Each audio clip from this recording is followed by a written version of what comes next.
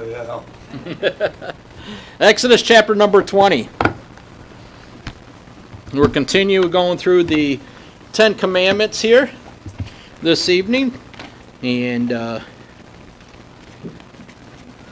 we're at another important one. Of course, all of the 10 Commandments are important because of two reasons. One, it teaches us what?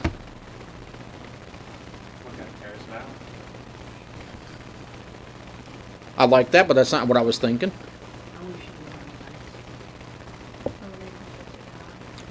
Our relationship with God, and two, our relationship with others, which are very important. God takes both of them seriously. And so let's begin with verse number 1. And we'll read down through verse 17. And God spake all these words, saying, I am the Lord thy God, which have brought thee out of the land of Egypt, out of the house of bondage. Thou shalt have no other gods before me. Thou shalt not make unto thee any graven image, or any likeness of anything that is in heaven above, or that is in the earth beneath, or that is in the water under the earth. Thou shalt not bow down thyself to them, nor serve them. For I, the Lord thy God, am a jealous God, visiting the iniquity of the fathers upon the children unto the third and fourth generation of them that hate me, and showing mercy unto thousands of them that love me, and keep my commandments. Thou shalt not take the name of the Lord thy God in vain, for the Lord will not hold him guiltless that taketh his name in vain. Remember the Sabbath day to keep it holy. 6 days shalt thou labor and do all thy work, but the seventh day is the Sabbath of the Lord thy God. In it thou shalt not do any work, thou, nor thy son, nor thy daughter, nor thy manservant, nor thy maidservant, nor thy cattle, nor thy stranger that is within thy gates. For in 6 days the Lord made heaven and earth, the sea, and all that in them is, and rested the seventh day. Wherefore the Lord blessed the Sabbath day, and hallowed it. Honor thy father and thy mother, that thy days may be long upon the land which the Lord thy God giveth thee. Thou shalt not kill. Thou shalt not commit adultery. Thou shalt not steal. Thou shalt not bear false witness against thy neighbor. Thou shalt not covet thy neighbor's house. Thou shalt not covet thy neighbor's wife, nor his manservant, nor his maidservant, nor his ox, nor his ass, nor anything that is thy neighbor's. Father, I pray that you'll be with us as we talk further about the 10 Commandments and speak about what you have for us. Father, I pray that you'll help us to remember those things that we have already learned about the 10 Commandments and bring them back to our memory, as each and every one of them fits almost hand in hand to each other. And I pray that you'll teach us more as we hear the preaching of the Word of God. In Jesus' name, amen. Amen. Last week, I'm not gonna do a lot of review because I want to try and get through a couple of these tonight, 2, maybe 3 of them. But last week we learned a very important commandment: "Thou shalt not commit adultery." And in that, we learned the importance of not just marriage in itself, but we also learned of the importance of protecting our relationships and accountability that we need. That accountability also will carry over into this next commandment, which is verse number 15. Thou shalt not steal. This commandment is in regards to respecting personal property. Respecting personal property. Why is that important? You want to quickly offend somebody? Disrespect their property. Yeah, they've invested in it, and they, well, think about it. If I said, you want to offend somebody, you disrespect their property. Where their treasure is, there will their heart be also. Okay. Now, how many of you have ever had your personal property broken into? We have. Somebody got into our car when we lived over on Clinton Street. They got into our car and they decided that they would steal an XM radio out of my car. And of course, the XM radio that I had was the one that also has a battery with it, and you can, plug the earphones into it and walk and still listen to your XM radio on it. They stole that out of my car. I'm like, I told my wife, I'm not worried about it. I'm like, what they got now is a piece of junk. You know why? They didn't have the battery, and they didn't have the earphones that were also the antenna to receive the signal from the satellite. So what good was it to them? But the fact is, they got into our car. They got into our car. And it's something that's very disrespectful. But I want you to think, let's think spiritual in regards to this commandment. Thou shalt not steal. Okay? Thou shalt not steal. God gave the nation of Israel an elaborate set of laws that govern the use of the land. Okay? This is just a little piece of those laws that govern the use of the land, that God just, He expands it greatly, especially in the book of Leviticus and everything. But He gave them the laws how to govern the use of the land, because the land belonged to who? God. The land belonged to God. And I want you to think about this. As I mentioned, think about it in a spiritual aspect, that thou shalt not steal. You're not stealing from man when you steal. You're stealing from God. Because everything that we have, I want you to think about this, and this was with the children of Israel. God gave them everything that they had, and it was God's, but it was theirs to use. It was theirs to steward. In other words, to take care of it for God. That's why they had the Sabbath day. It was God's day, and God rested, and that Sabbath day continued over not just into a day, but down the road it would also continue into what? The Sabbath year. What was the Sabbath year? Every 7 years, right? But what was the Sabbath year? It was the time that they weren't to plant anything in the land, so that land could rest. We practice that in America. Do you know that? We practice that in America. Are you asking where? Go around all the farmers. You'll find it. It's called crop rotation. They practice it in crop rotation. There's years that they just do nothing, but they'll go through and they'll plow the land and fertilize it. And just let it go. And it grows. Or they put alfalfa. I mean, most of it is they'll change from corn and Vance over here. He would plant corn in the fields for a number of years. And then go and take the corn out, plant that in another field, and plant alfalfa in the field where the corn was. Why? Because alfalfa doesn't use up all the nutrients that corn does.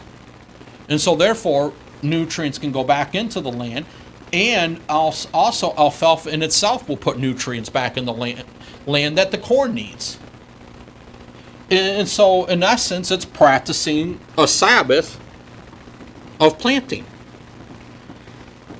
But everything we have belongs to God. Everything we have belongs to God.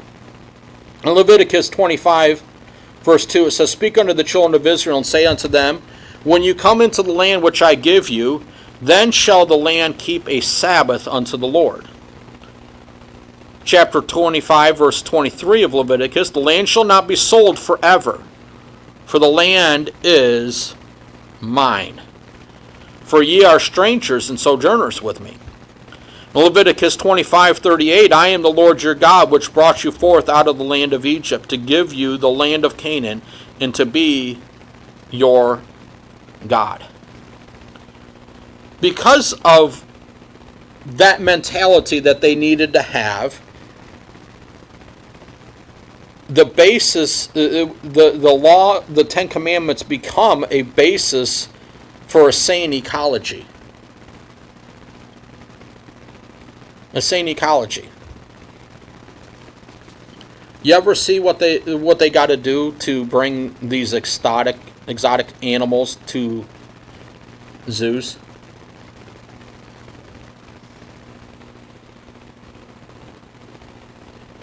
You go to the zoo during the summer and it's really hot out there, and all of a sudden you walk into one of the exhibits and the humidity just hits you inside. Why? Because they have to make the ecology for that particular animal to be there.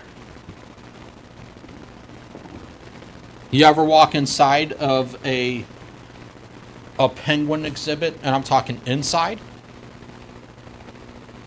That's where you want to go in the middle of the summer, right? Because it's cool. Or you go into the rainforest where they got all the different birds. Then again, there's the humidity, right? But yet they might have a mist that comes down on you. And it feels nice, despite the humidity. So, when we think about thou shalt not steal in this instance,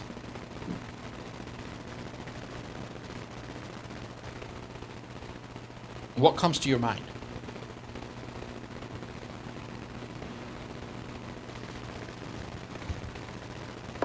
Basis of ecology. What good is it for me to go down and steal a cotton gin up here and bring it back up here? A cotton gin. When's the last time you seen cotton in New York?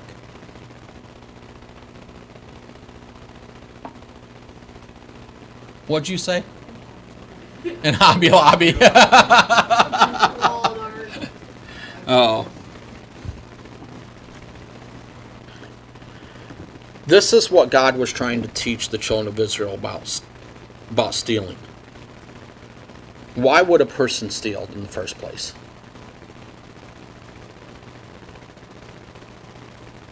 To get something that they didn't have. Right? What do you think that they would steal in that day and age? What would they steal? Huh? Livestock. Why would they steal livestock? That was their money. That's how, if they stole livestock and all of a sudden their their livestock happens to start growing, because the more cattle you had, the more money you had. The more lambs you had, the more money you had. And everything. Huh? Yeah, so what do they steal? You think a drug addict's stealing money to go and get, so that they can go get more drugs for themselves? Sometimes they do. But they can also get more drugs to sell to get more money. Why is retail theft such a big problem around here right now? What are they doing? Exactly, the government's doing nothing. That's why it's so bad around here. But when they steal it, they're reselling it. Yes, don't get me wrong. Some people walk into the grocery stores to go and steal food because they need to eat. Okay, they're hungry, they need to eat, and they're stealing. But that's not the majority of it. Because why would you walk out of Wise with $1,000 worth of meat? You're not eating all of that. But what are they going to go do? They're going to go sell it. Okay? How many pairs of socks are walking out of Kohl's? Why? They can't wear them all. You ought to see all the socks I have. I got to go through and throw some of my socks away. I got so many of them. But they're stealing it to get more money. Which means they're trying to make themselves rich.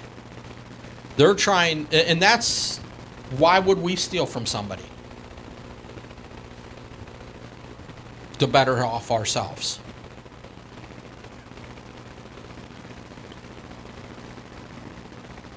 What does God teach us about wealth?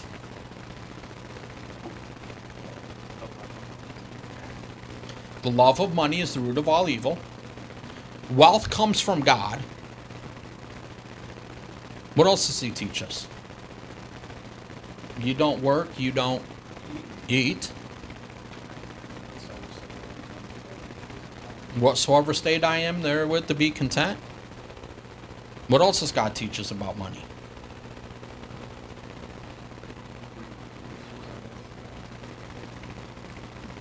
Where your money is, there will your heart be also. What were you going to say?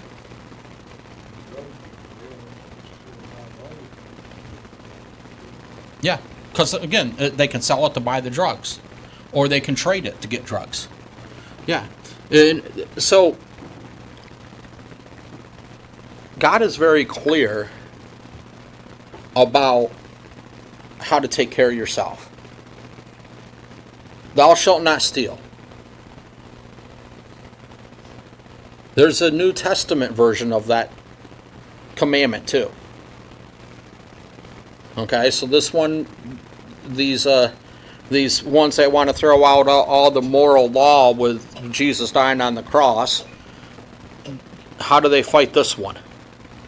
Let him that stole steal no more, but rather let him labor, working with his hands the thing which is good, that he may have to give to him that needeth. So what does God tell us about money? Don't steal, you work for it. You work for what you have, what you need. You know, and praise the Lord, we've got a bunch of hardworking people in this place. A bunch of hardworking people. Anne's probably the hardest one working here. She's got to take care of Matt, but she also has to teach those two kids.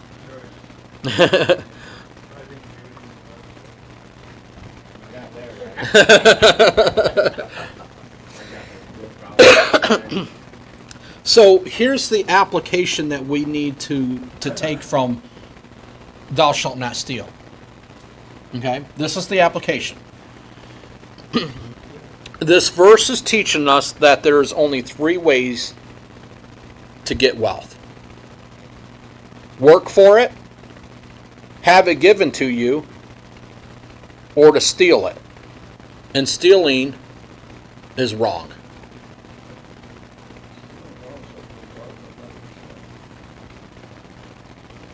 Oh yeah.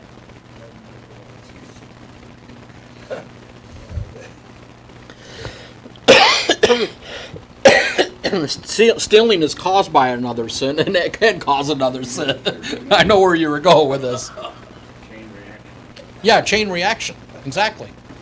But the way to get wealth is through God. Through God. Yes, God gives it to you in the realm of work. You want to get ahead in this world? Get a job. Work. I was watching a video, a guy out in Illinois, he operates what is called Lincoln Land popcorn, or kettle corn, Lincoln Land kettle corn. And he went out and he bought the equipment to go to these local fairs and what do they have down here at Windsor? Farmers markets and things like that. And he sells. somebody asked him, what does it cost you to start up? And he started up because of COVID. He started this up because of COVID and coming out. It cost him $28,000. He didn't take one loan for it. He saved his money, and that $28,000 consisted of the kettle, a basket that he dumps it in that literally will sort the seeds out of the popcorn that didn't pop, so that when you get a bag of his popcorn, you're getting all the popcorn. That, a tent, pop-up tent to have over his equipment, table, the cloth to go over the table, the bags, popcorn seed, the containers to put the popcorn in, and the seasonings in. Then it's a mobile business, so he's got to put everything on casters, which means he had to get the casters and build stuff to do that, in a vehicle, a van to put it in to haul all that stuff around. $28,000. He now operates 3 units out of it. 3 units. How did he get that way? He worked. He worked. And that's how you're going to get money. It's how you're going to get wealth. Now, what you do with what God gives you, again, stewardship, is also going to determine your wealth also. Folks, it's not worth stealing. Because if you're stealing, guess what God's not going to do? He's not going to bless you. He's not going to give to you. Honor other people's things, belongings. Speaking the truth. Exodus 20, verse 16, thou shalt not bear false witness against thy neighbor. Speaking the truth. Let's talk here quickly about this. What are some cons to this verse?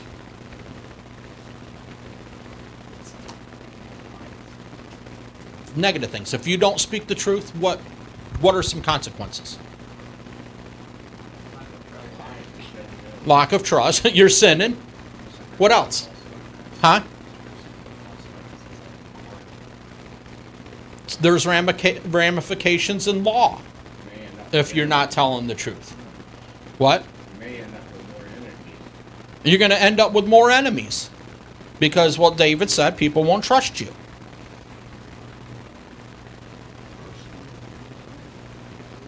You're hurting somebody, and I'm going to even include you. You're going to hurt you. Mm-hmm.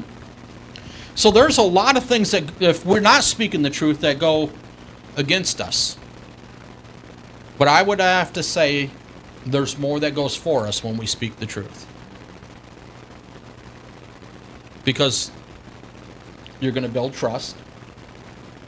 Your word's going to be honored. You're going to have, it's going to build friendships.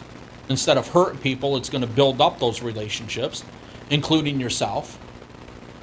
You're not sinning, right? And obviously, if you're not lying about people, you're not going to have, I'm not going to say you're not going to have enemies. You're not going to have as many enemies. Because there's some people that just don't like the truth. And when you speak the truth, they don't like it. Right? But it pleases God. It pleases God. And when we think about this commandment, thou shalt not bear false witness against thy neighbor, this is probably one of the biggest things. Speaking the truth and honoring promises is the cement that holds societies together. Speaking the truth and honoring promises is the cement that holds societies together. And when you think of societies, we can put all sorts of things in there. Your family is a society. Your church is a society.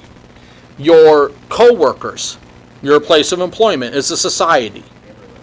Your neighborhood is a society. Your friends is a society. Your classmates is a society. Anywhere you go makes a society. You go to the grocery store and you're honest with that. I mean, it wasn't long. Laura was cashing out, I think, at Walmart, and we walk out with something and she forgot to pay for something. She turned right around, went right back in and told somebody, hey, I forgot to pay for this. And she goes, you know what? You didn't even need to bring that back. That's not the things that we're looking for. And Laura goes, no, I did need to bring that back because I didn't pay for it. And she said, and then they thanked her for being honest. Being honest. So even your business is a society. And you've got to build a foundation in your life. And what do you build the foundation on? You build your foundation on the truth. I am the way, the truth, and the life. No man cometh unto the Father but by me. Jesus Christ is that chief cornerstone of our life. And so you got to build it on truth. Build your life on truth. So this is a very important aspect of how to live our life, right? But let's go to 2025. Speaking truth is a lost trait today. But it does not have to be a lost trait within your life. It doesn't have to be a lost trait within this church. It doesn't have to be a lost trait within your family. It's not hard to raise kids to tell the truth. Why they don't tell the truth is because you let them get away with it. And when they get older, it's going to be worse. Have you tried to work with this younger generation? I mean, Brother Matt, he's just an electrician for the school district, but how much interaction do you have with this younger generation? As little as possible. I don't blame you, but you still do have some interactions with them. And some of it you may not necessarily be interacting, but you just see it. And it's sad. It is sad. What's that? It filters down from the top. Filters down from the top, and don't blame and don't blame the principal, don't blame the teacher, blame the parent. Blame the parent. Government has nothing to do with raising our kids. They think they do, but they don't. It starts with you. Trend. They set a trend. Yeah. They've made lying so simple and so acceptable now. To tell lies in court, Jeremy said this, to tell a lie in court undermines the very law in itself. The very law in itself. Moses required that the witnesses be the executioners in capital crimes. Deuteronomy 17, verses 6 through 13, at the mouth of 2 witnesses or 3 witnesses shall he that is worthy of death be put to death. But at the mouth of 1 witness he shall not be put to death. The hands of the witness shall be first upon him to put him to death, and afterward the hands of all the people. So thou shalt put the evil away from among the people. So in other words, what he was saying is the witnesses that verified this crime worthy of death, they were the first ones to pick up the stones and throw it. That's why Jesus said that that's without sin cast the first stone. They were the first ones to pick it up, and then the rest of the congregation joined in. Could you imagine? I read yesterday that South Carolina just executed their third person this year by firing squad. Firing squad. Could you imagine the witness, the family of whose life was taken? The dad being the first one to pull the trigger?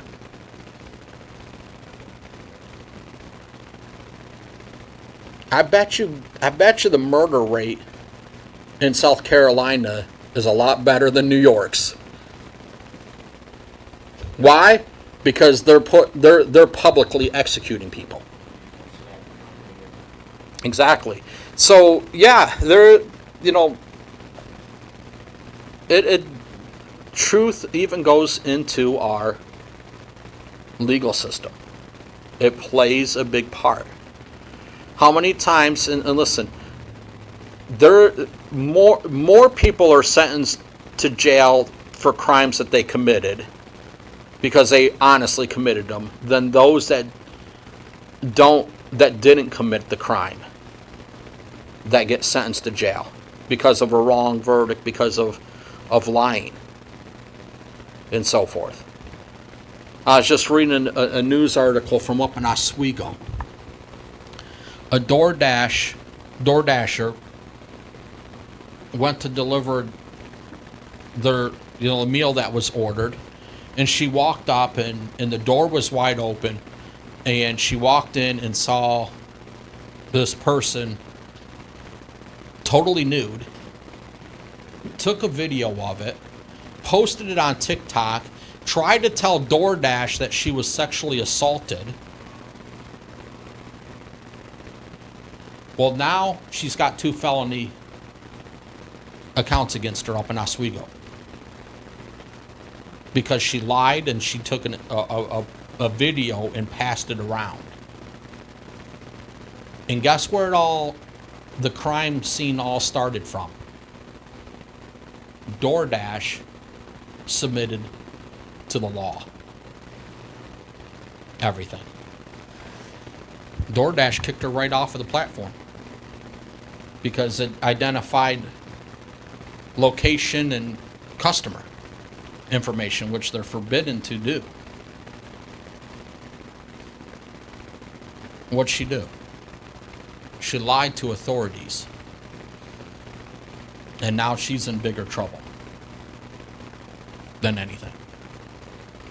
Oh, she probably would have just got a slap on the hand to begin with if she didn't lie.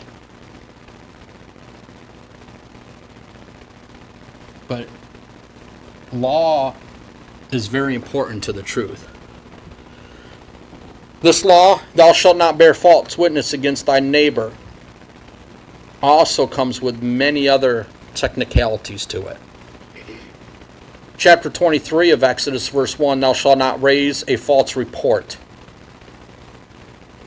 Put not thy hand with the wicked to be unrighteous, be an unrighteous witness. Proverbs 10:18, he that hideth hatred with lying lips, and he that uttereth a slander is a fool. Proverbs 12:17, he that speaketh truth showeth forth righteousness, but a false witness deceit. Proverbs 19:9, a false witness shall not be unpunished, and he that speaketh lies shall perish. Proverbs 24, verse 28, be not a witness against thy neighbor without cause, and deceive not with thy lips. Titus 3:1 and 2, put them in mind to be subject to principalities and powers, to obey magistrates, to be ready to every good work, to speak evil of no man, to be no brawler, but gentle, showing all meekness unto all men. James 4:11, speak not evil one of another, brethren. He that speaketh evil of his brother and judgeth his brother speaketh evil of the law, and judgeth the law. But if thou judge the law, thou art not a doer of the law, but a judge. 1 Peter 2:1, Wherefore, laying aside all malice and all guile and hypocrisies and envies and all evil speakings. False witness includes slandering people. Slandering people. That's why gossip is forbidden. You know why? And listen, you can slander somebody and tell the truth about them too. All right?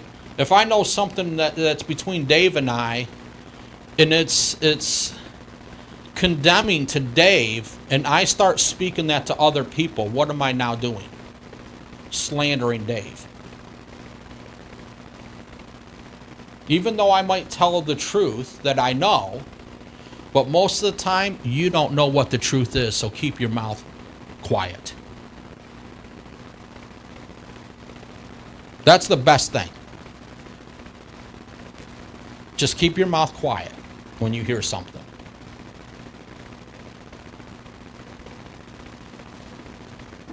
But how many times we speak unrighteous things about people? Do you think I have a high opinion of our governor?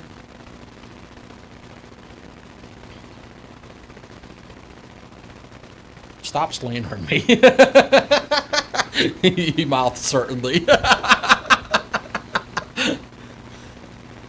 But how often do you hear me speaking ill of our governor?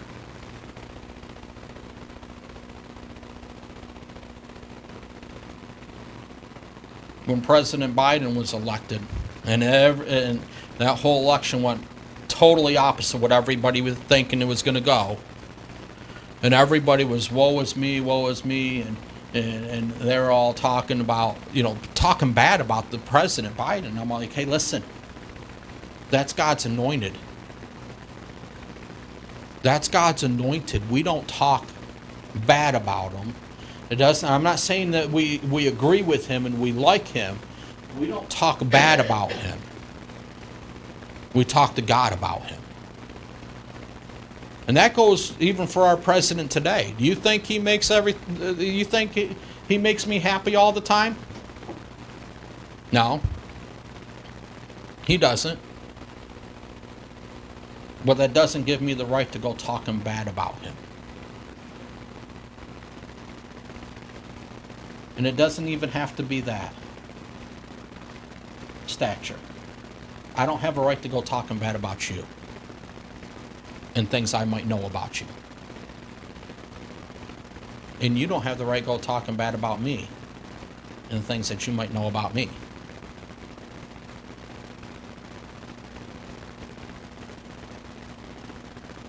There's 7 things that God hates. And in that list is he that soweth discord among the brethren. Listen. God's the judge. He's the judge. You let him pronounce the judgment on that person. Don't you go falsely accusing him. Don't you go slandering him. Don't you go ruining their reputation.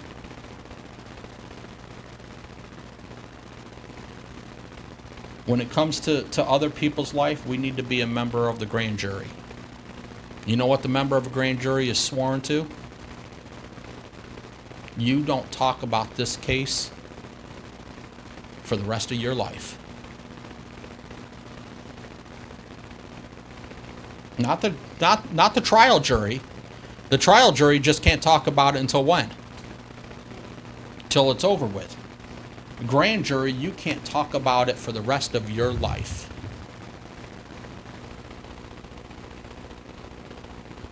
And it was pretty fun sitting in that grand jury and watching people walk in there that you knew. And I'm like, well, I'm going to back myself out of this one. I'm going to back myself out of this one. Well, I only backed myself out of one. There's only one that I didn't vote in. The reason there was only one that I didn't vote in is because the person that was being investigated, I knew.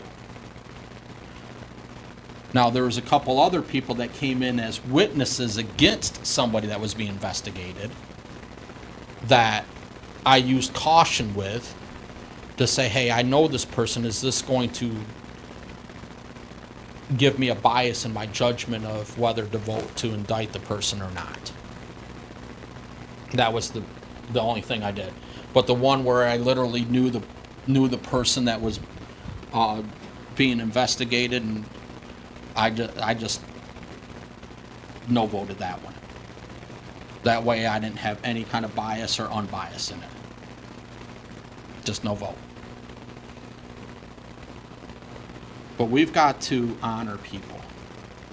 And remember, these commandments, the first part of the commandments is our relationship with God. The second part is our relationship with man.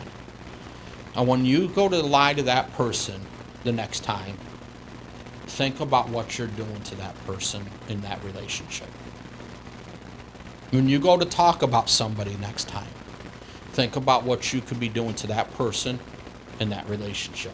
Not just that relationship with you, but that relationship with other people too. Yeah. So, thou shalt not steal.